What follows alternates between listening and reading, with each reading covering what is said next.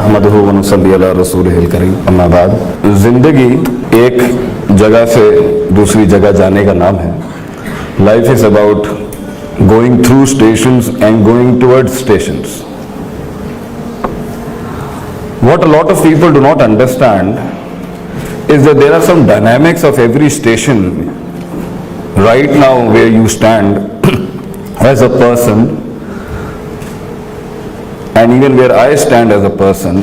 बहुत से लोग इस चीज़ से नावाकिफ़ हैं और इसकी हमारी तालीम के अंदर, हमारी ज़िंदगी के अंदर इस मैकेनिज़्म को सिखाया नहीं जाता कि अगर इंसान ने अपनी ज़िंदगी में जहाँ पर भी हुआ है, जिस एज में भी है, जिन हालात में भी है, उस स्टेशन के अंदर, that could be 10 to 14, 14 to 18, 18 to 22, 4 साल का हो, 5 साल का हो, या कुछ स्टेशंस लंबे भी हो जाते हैं। जैसे यूसुफ अलैहिस्सलाम की जो कैद है, that was a very long station for him.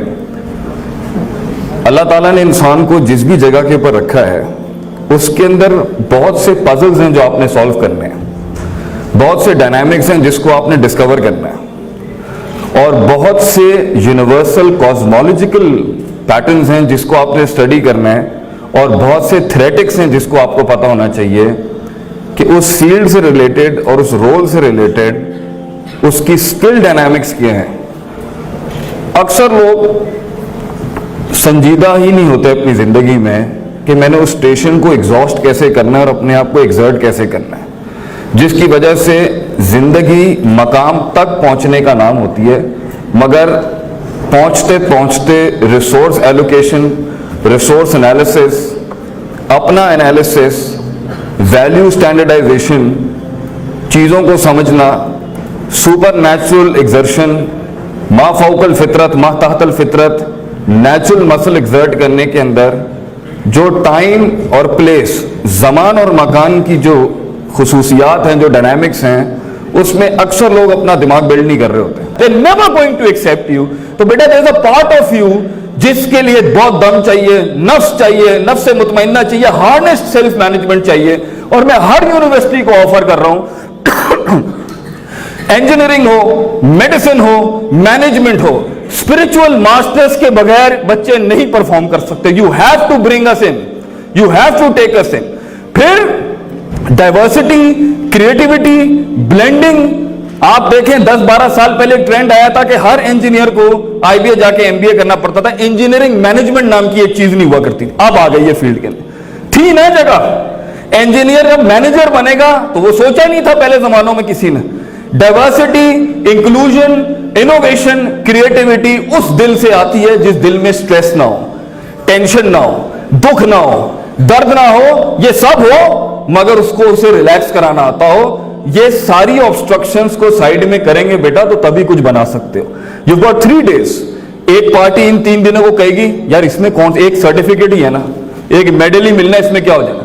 ये 3 दिन क्या, एक तीर चलाने के अंदर इंसान कायनात की कॉस्मोलॉजी के वैल्यूज और पैटर्न समझ जाता है। If you master all this in 2 years, in 4 years, learn to master people. लोगों को सीखना शुरू करें, अपने आप को सीखना शुरू करें, फील्ड की एक एक चीज के ऊपर सुबह शाम दिमाग लगा दें और अल्लाह को समझना शुरू करें। ये चारों चीजों की कॉम्पोजिशन के साथ ना आप कोई बड़ी चीज बने ना, और अपने दिल को मजबूत करें। देखें फिर फील्ड में आप ही खड़े होंगे, कोई और खड़ा नहीं होगा।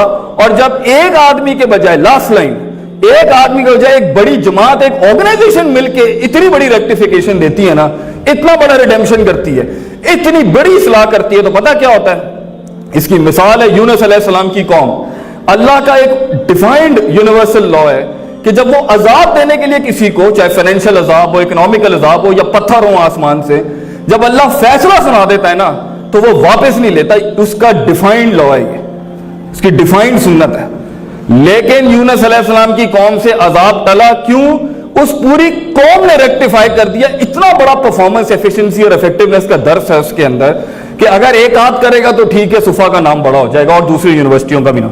अगर मिन हैसुल कौम, all of you engineers and future engineers of Pakistan, अगर आप मिलके एक ऐसा जॉइंट बनाएं और आप अपने अंदर से कलेक्टिवली माइनस कर दें कंटेमिनेशंस को और उस पोल्यूशन को, आपको मैं बता रहा हूं, आप सोच नहीं सकते आसमानों से मनोसलवा आपकी फील्ड में ना उतरे, मैं अपनी फील्ड छोड़ने के लिए तैयार हूं इसके अंदर। गेट बैक टुगेदर, अपने नफ्स की गलास्तों से आजाद हों, अपने सेल्फ से आजाद हों, सेल्फ हार्नेस करें, अपने नफ्स को बिल्ड करें, माइंड को बिल्ड करें, टाइम मैनेजमेंट करें, स्लीप मैनेजमेंट करें, अपने अंदर डिसिप्लिन लेके आए, अपने आप को वो सबक सिखाएं जो सबसे मुश्किल है। मैं गलत हूं, मैंने अभी सब कुछ जाया कर दिया, अपनी बर्बादी, फ्यूचर की बर्बादी को आज काउंटर पार्ट करें, आज उसके ऊपर लिखें। आज मैंने जिंदगी में मैं किसी को टेबल पे आइडिया तो बेचने की बात क्या है, शख्सियत ही बिल्ड नहीं हुई तो आवाज कैसे निकलेगी। मैं तो पब्लिक स्पीकिंग का पहला दर्स ही ये कहता हूं, वोकल बताता है इंसान के कि उसकी शख्सियत कैसी है।